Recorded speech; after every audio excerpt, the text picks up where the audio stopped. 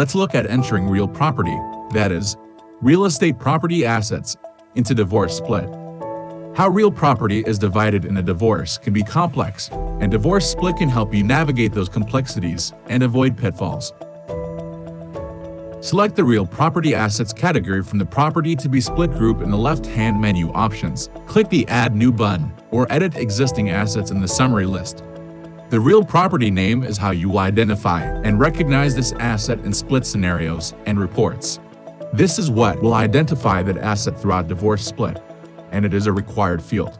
Choose the real property type that best matches your asset from the drop-down options. You can only have one primary residence home, so selecting this property type will deselect any other property that may have already been recorded as your primary residence. If you have an ultimate level subscription, note that identifying your primary residence is important, as a primary residence is taxed very differently from ordinary real property. Select the country in which your real property is located and provide the property address. Enter the date you acquired the real property. This date is important as it is used to determine many aspects of the property analysis, especially the amount of taxes incurred. Select one of the methods you have used to determine the fair market value of the property from the drop-down list of options. Enter the fair market value of the property. This is usually the amount shown in your appraisal or value estimate document. Enter the date when the fair market value of the property was determined. If you owe money on the property, such as the balance on a mortgage, enter that amount here. Enter 0 if you do not owe anything on the property and it is owned outright. Select who owns this asset. A jointly owned item will appear wherever property is being divided between parties. If the item is owned by you or your spouse, then it will not be part of a split and will only appear in reports and schedules detailing your separate properties.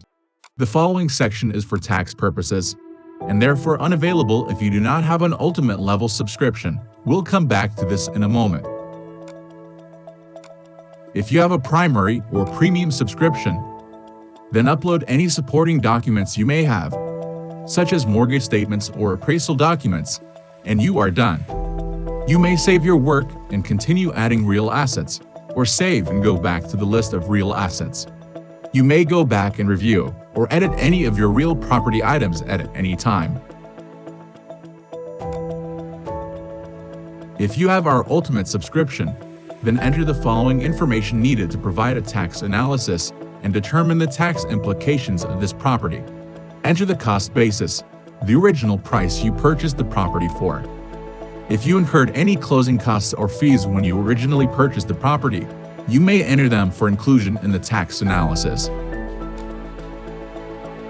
Enter the cost of any renovations or improvements you did to the property since you purchased it. If you have any adjustments to the cost basis of the property, enter a positive number to increase the cost basis or a negative number to reduce it. If you sold the property, for instance if sold during the course of a divorce case, then enter the net sales proceeds here, that is, the sale price less any selling expenses or cost of sale you may have incurred. This number overrides the expected sales price, which will be the fair market value provided, less commission and cost of sale calculated using the percentage values in your settings. If you sold the property during the course of the divorce case, enter the date the sale closed. However, if you sold any real property involved in your divorce case prior to using divorce split, then you should record that asset, the proceeds of the sale, as a monetary asset, which provides a more accurate reflection of your asset portfolio. You may save your work and continue adding real assets, or save and go back to the list of real assets. In our next tutorial, we will be looking at personal property assets.